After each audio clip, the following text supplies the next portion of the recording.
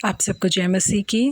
इस सुबह के समय हम एक वचन अध्ययन करेंगे जो गलातियों की पत्री 6 अध्याय के 15वें वचन से है। परंतु नई सृष्टि।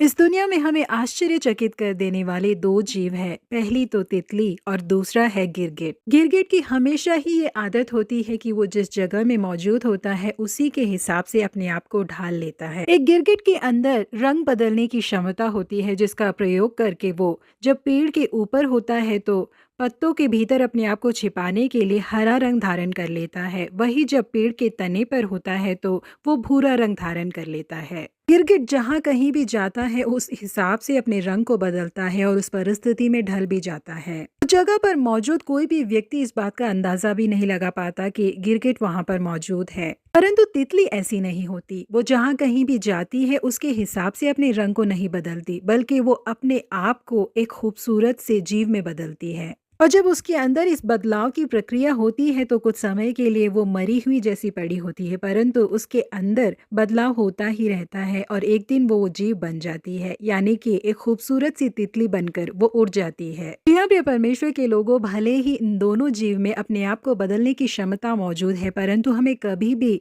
गिरगिट के उदाहरण को अपने जीवन में पेश नहीं करना चाहिए, क्योंकि गिरगिट हमेशा अपने आप को सुरक्षित रखने के लिए जिस जगह वो जाता है वहाँ के रंग में ढल जाता है। बिल्कुल इन गिरगिट के समान ही कुछ मसीह लोग हैं जो अपनी बुलाहट को भूलकर जिस जगह भी जाते हैं उस परिस्थिति में अपने आप को ढाल लेते हैं। जब वो लोग मसीह लोगों से मिलते हैं तो उनके जैसा व्यवहार करते हैं, और जब अपने दोस्तों से मिलते हैं तो वहाँ उनका व्यवहार कुछ अलग होता है, और जहाँ पर वो काम करते हैं वहाँ पर मौजूद अविश्वासियों के साथ उन लोगों का बर्ताव कुछ अलग होता है। इस तरीके से वो जहाँ कहीं जाते हैं हर जगह के लिए उनके पास एक चेहरा मौजूद होता है। एक ऐसे जीवन को परमेश्वर बिल्कुल भी पसंद नहीं करते। यहूदा जिस समय यीशु मसीह और बाकी चेलों के साथ थे उस समय वो प्रभु भोज में सम्मिलित हुए, परंतु जब वो वहां से बाहर निकला तो याजकों, शास्त्रियों और फारसियों के मन के हिसाब से उसने अपने आप को बदल लिया। ऐसा लेकर उसने यीशु मसीह का इनकार किया और अंत में खुद भी नष्ट हो गया। परंतु हम जो परमेश्वर की संतान हैं, हमें अपने आप को उस तितली के समान अपने अंदर बदलाव के लिए अर्पण करना चाहिए। हम जिन वचनों को सुनते हैं वो वचन हमारे अंदर एक बदलाव को उत्पन्न करने चाहिए, क्योंकि वही बदलाव हमें हमारे जीवन में एक बेहतरीन व्यक्ति में परिवर्तित करते हैं। हम जितना अधिक पवित्र शास्त्र के वचनों को सुनेंगे वो हमारे अंदर उतने ज्यादा बदलाव को लेकर आएगा। ओनेसिमुस नाम का एक व्यक्ति फिलेमोन नाम के एक अमीर व्यक्ति के पास गुलाम के तौर पर काम करता था। वो अपने मालिक से कर्ज लेकर या चोरी कर कर वहाँ से भागकर आ गया, परंतु पौलुस के द्वारा सुसमाचार को सुनने के बाद उनका मन परिवर्तित होने लगा, उनका स्वभाव बदलने लगा, उन्होंने उद्धार पाया। एक बेहतरीन व्यक्ति में और पौलुस के उपयोगमय व्यक्ति के रूप में वो बदल गए। यहाँ पे परमेश्वर के लोगों, जैसे कीड़े जैसी पड़ी हुई एक तितली एक खूबसूरत सी तितली में बदल कर उड़ जाती है, वैसे ही